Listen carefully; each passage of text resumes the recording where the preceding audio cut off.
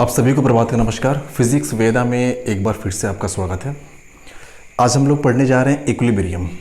Equilibrium में भी two types के इक्विलिब्रियम हम आगे चल के पढ़ेंगे, जहाँ पे एक होता है स्टेबल इक्विलिब्रियम, दूसरा होता है अनस्टेबल इक्विलिब्रियम।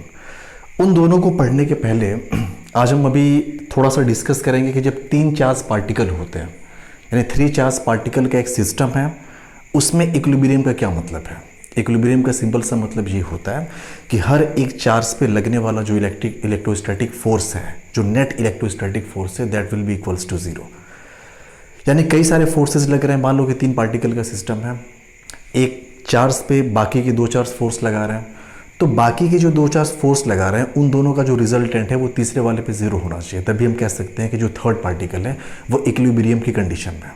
बट यहाँ पे बात हो रही है तीनों चार्ज के इक्विलिब्रियम की, तो थोड़ा सा इसको पहले समझ लेते हैं। जैसे मान लो कि हमने कह दिया कि एक हमारे पास ये चार्ज है, इस चार्ज को हमने नाम दे दिया Q1। कुछ देर के लिए मान लें कि ये पॉजिटिव चार्ज है। उसके बाद कुछ सेपरेशन पे यहाँ पे हमने एक और चार्ज रख दिया है और ये चार्ज आपका हो गया प्लस Q2। 2 चार्ज हैं, हम बात कर रहे हैं 3 चार्ज पार्टिकल की। तीसरा चार्ज हम ये मान लें कि वो हमने रख दिया कहीं इन दोनों के बीच में। सपोज करो कि यहाँ पे हमने रख दिया तीसरा चार्ज, ये हो गया Q। हमें ये पता करना है कि तीनों चार्ज कब इक्विलिब्रियम की कंडीशन में होंगे। ये जो Q है इसको नाम दे दिया हमने Q3। ठीक है, 3 चार्ज हो गए। ये प्लस है माइनस है, अभी इसके बारे में हम बात नहीं कर रहे हैं। अगर हम आपसे ये पूछे कि बताइए Q2 कब इक्विलिब्रियम में होगा, तो आप बोलेंगे Q2 तभी इक्विलिब्रियम में होगा कि जब बाकी के 2 चार्ज इस पे फोर्स लगाएं और उस फोर्स का जो रिजल्टेंट है वो 0 आ जाए। तो ये तो हमें ऑलरेडी पता है कि Q1 जो है वो पॉजिटिव है, ये भी पॉजिटिव है, मतलब Q1 जो इस पे फोर्स लगाएगा वो फोर्स ऑफ रिपल्शन लगाएगा। तो आप बोलेंगे इस पे फोर्स ऑफ रिपल्शन लगा इस डायरेक्शन में, ये हो गया फोर्स 2 पे लग रहा है, किसकी वजह से, 1 की वजह से लग रहा है, तो F21। ये हो गया फोर्स ऑन Q2 किसकी वजह से, Q1 की वजह से। अब एक बात तो कंफर्म है कि अगर इस पे फोर्स को 0 करना है, नेट फोर्स को, तो एक और फोर्स अपोजिट डायरेक्शन में लगना चाहिए जो कि मैग्नीट्यूड में इसके बराबर हो। और उस फोर्स को लगाने के लिए आप देख रहे हैं कि यहाँ पे एक चार्ज रखा हुआ है। ये चार्ज अगर नेगेटिव होता तो आप कहते, अब सोचो कि अगर ये भी चार्ज पॉजिटिव होता तो ये भी तो फोर्स इसी डायरेक्शन में लगाता ना, लगाता कि नहीं लगाता। इस केस में तो इस पे नेट फोर्स 0 हो नहीं पाता। लेकिन अगर यही चार्ज नेगेटिव हम मान लें, इस चार्ज को हमने मान लिया नेगेटिव, अब आप बोलेंगे फिर तो जहाँ पे फोर्स ऑफ अट्रैक्शन, ये जो Q3 है, Q2 पे एक फोर्स ऑफ अट्रैक्शन ऐड करेगा लेफ्टवर्ड डायरेक्शन में इसी लाइन के अलॉन्ग, यानी कि ये लग गया फोर्स ऑफ अट्रैक्शन। इस फोर्स को हमने बोल दिया F2 पे लग रहा है 3 की वजह से, तो F23। यानी कि यहाँ पे पॉसिबिलिटी है कि F23 और F21 आपस में बराबर हो जाए। उस केस में Q2 जो होगा वो इक्विलिब्रियम की कंडीशन में माना जाएगा। यानी कि हम ये कह सकते हैं कि the net force on Q2 exerted by remaining 2 charges is 0। जैसे नेट फोर्स इस पे 0 हुआ, उस केस में ये इक्विलिब्रियम की कंडीशन में आ गया। यानी कि हम यहाँ से कह सकते हैं कि if F21 is equals to F23, उस केस में क्या माना जाएगा, then Q2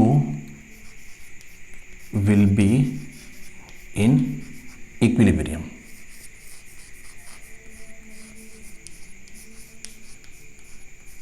ठीक है, Q2 आपका हो गया इक्विलिब्रियम में। अब हम बात करें कि इसके इक्विलिब्रियम का क्या। अब बोलेंगे इस पे भी फोर्स लगेगा, ये Q2 एक्सर्ट करेगा फोर्स ऑफ रिपल्शन इस डायरेक्शन में, तो इस पे भी फोर्स ऑफ रिपल्शन को हमने दिखा दिया इस डायरेक्शन में। ये जो फोर्स है 1 पे लग रहा है, किसकी वजह से लग रहा है, 2 की वजह से लग रहा है, तो इसको हमने बोल दिया F12। अब इस फोर्स को बैलेंस करने के लिए ये अगर हमने पॉजिटिव मान लिया होता तो फिर इसका भी फोर्स ऑफ रिपल्शन इसी डायरेक्शन में एक्ट होता, जो कि दोनों आपस में कैंसल आउट नहीं हो पाते, दोनों ऐड हो जाते तो कुछ ना कुछ रिजल्टेंट निकल के आता। और हमारा ये कोशिश है कि भाई यहाँ पे इस पे रिजल्टेंट फोर्स को 0 करना है, और ये 0 तभी हो सकता है जब ये नेगेटिव हो। तो जब ये चार्ज नेगेटिव होगा तो फोर्स ऑफ अट्रैक्शन एक्ट करेगा इस डायरेक्शन में इसी लाइन के अलॉन्ग, ये हो गया फोर्स ऑफ अट्रैक्शन। इसको हम बोलेंगे F, ये 1 पे लग रहा है 3 की वजह से, तो F13। यानी कि जैसे ही F12 F13 के बराबर होगा तो इस पर नेट फोर्स कितना हो जाएगा, 0। और जैसे ही नेट फोर्स 0 हुआ उस केस में कह सकते हैं Q1 भी क्या होगा, is in the state of equilibrium. ये भी इक्विलिब्रियम की कंडीशन में माना जाएगा। तो आप यहाँ से ये भी लिख सकते हैं कि if F12 is equals to F13 then ये Q1 हो जाएगा, Q1 इज इन इक्विलिब्रियम। ठीक है, ये आपका इक्विलिब्रियम में होगा। अब इसके इक्विलिब्रियम का क्या, हम तीनों चार्ज के इक्विलिब्रियम की बात कर रहे हैं ना, तो कोई बात नहीं। अब लोगों की इस पर एक फोर्स ऑफ अट्रैक्शन एक्ट होगा, इस डायरेक्शन में Q1 एक्ट करेगा। इधर फोर्स ऑफ अट्रैक्शन एक एक्ट हुआ, Q1 इधर फोर्स ऑफ अट्रैक्शन लगाया। इस फोर्स को हमने बोल दिया F3 पे लग रहा है, किसकी वजह से, 1 की वजह से, तो F31 इसको हमने बोल दिया। अब अगर राइट साइड में टुवर्ड्स राइटवर्ड डायरेक्शन अगर एक फोर्स लग जाए इसी मैग्नीट्यूड का, तो इस पे भी नेट फोर्स 0 हो जाएगा। अब इस पे Q2 भी एक फोर्स ऑफ अट्रैक्शन लगाएगा क्योंकि दोनों अपोजिटिवली चार्ज्ड हैं, तो इस पे एक फोर्स लगा इधर, और ये फोर्स आपका हो जाएगा F3 पे लग रहा है 2 की वजह से, तो F32। यानी कि हम कह सकते हैं कि if F31 is equals to F32, यानी कि अगला हो जाएगा कि if F31 is equals to F32 देन उस केस में इस पे भी लगने वाला नेट फोर्स 0, और जैसे ही नेट फोर्स 0 हो गया तो हम बोलेंगे कि Q3 इज इन इक्विलिब्रियम। ठीक है, ये भी आपका इक्विलिब्रियम की कंडीशन में है, इक्विलिब्रियम की स्टेट में है। तो तीन चार्ज के इक्विलिब्रियम में होने के लिए पहली बात तो ये कि यहाँ पे आप देख सकते हैं कि तीनों सेम साइन के नहीं होने चाहिए। अगर तीनों सेम साइन के हो जाते फिर प्रॉब्लम हो जाती।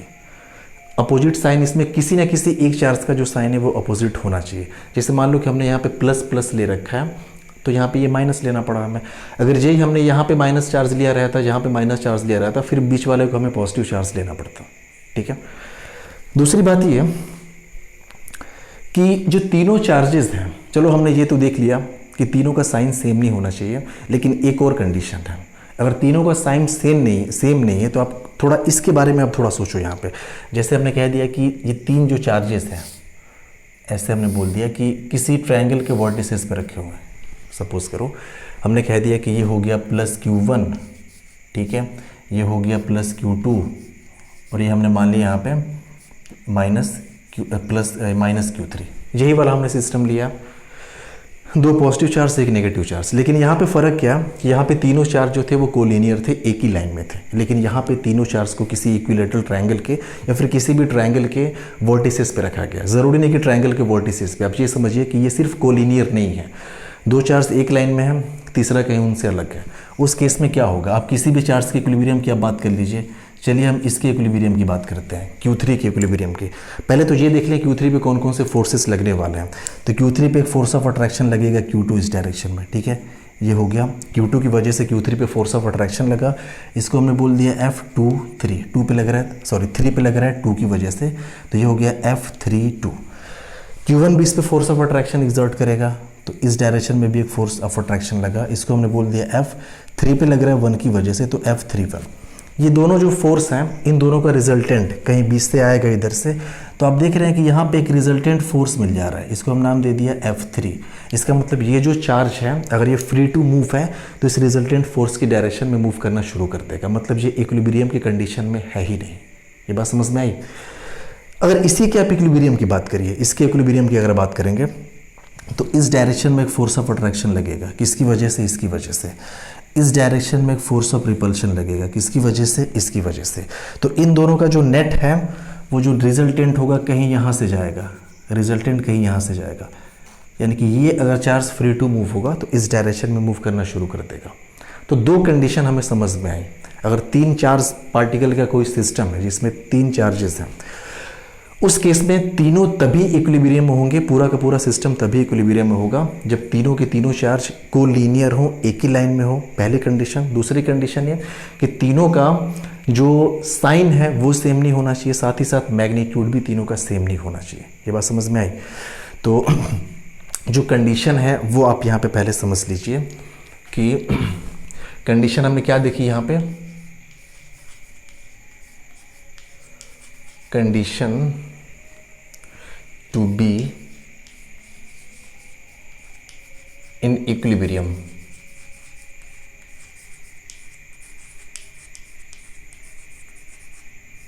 ठीक है,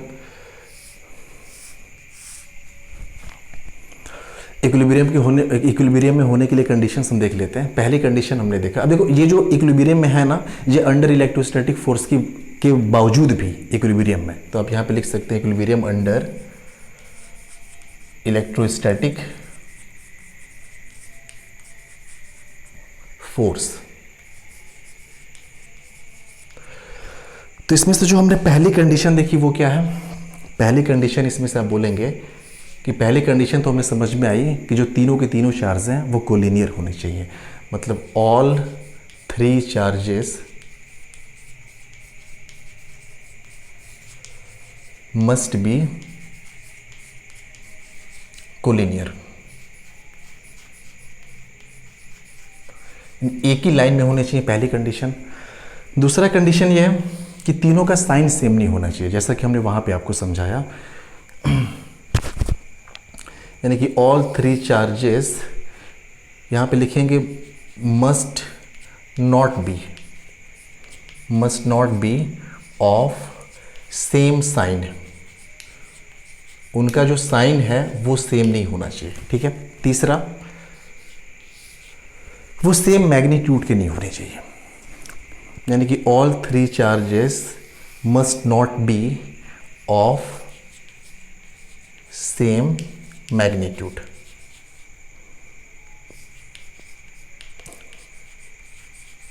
ठीक है, यहां पे हम इसको लिख ही दे रहे हैं, मस्ट नॉट बी,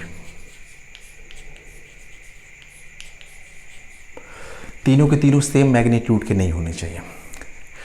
ठीक है, तो ये थ्री चार्ज पार्टिकल सिस्टम में उसके इक्विलिब्रियम में होने के लिए कंडीशंस है। इस पे कई सारे क्वेश्चंस पूछे जा चुके हैं जेईई मेंस में भी।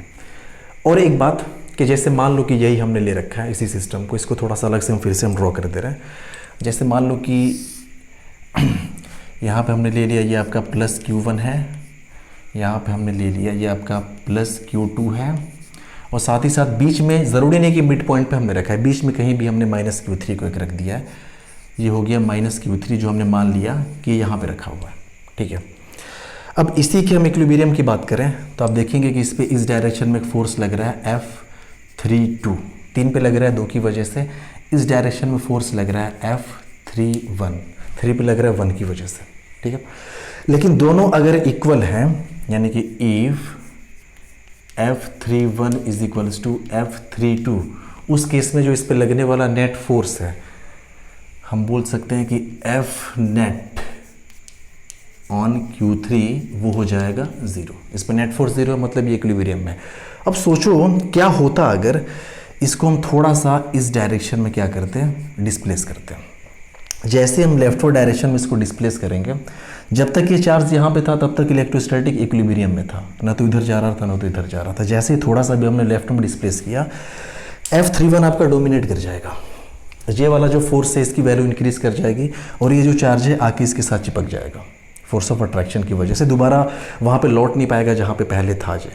और इसका उल्टा, जस्ट हम इसको इधर थोड़ा सा डिस्प्लेस करते तो क्या होता, तब भी यही होता।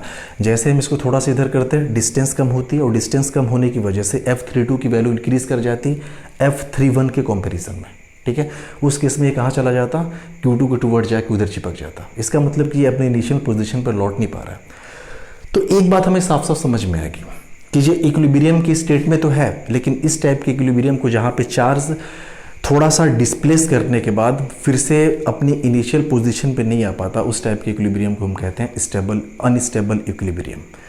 तो यहाँ पे जो भी इक्विलिब्रियम आप देख रहे हैं ना थ्री चार्ज पार्टिकल सिस्टम का, ये तीनों के तीनों जो चार्जेस होंगे वो अनस्टेबल इक्विलिब्रियम की कंडीशंस में होंगे।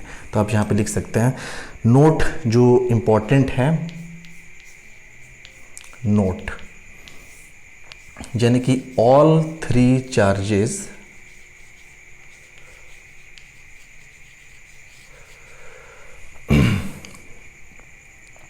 all three charges will be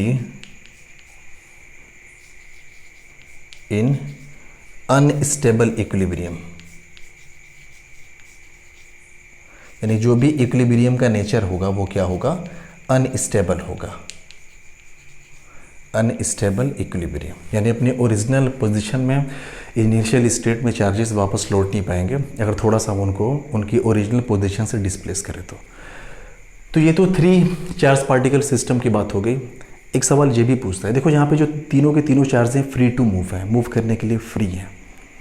एक और सवाल ये पूछता है कि आपका 3 चार्ज पार्टिकल सिस्टम गिवन होगा, उसमें से 2 को फिक्स कर देगा, उसमें किसी एक पार्टिकल के इक्विलिब्रियम की बात करेगा और वहाँ पे हम लोग टर्म्स डिफाइन करेंगे। 2 टाइप के इक्विलिब्रियम वहाँ पे हम पढ़ेंगे, स्टेबल इक्विलिब्रियम और अनस्टेबल इक्विलिब्रियम। ठीक है, तो इसके बाद हम उस चीज़ को स्टार्ट करने जा रहे हैं। उम्मीद करता हूँ कि आपको ये चीज़ें समझ में आई होंगी। धन्यवाद।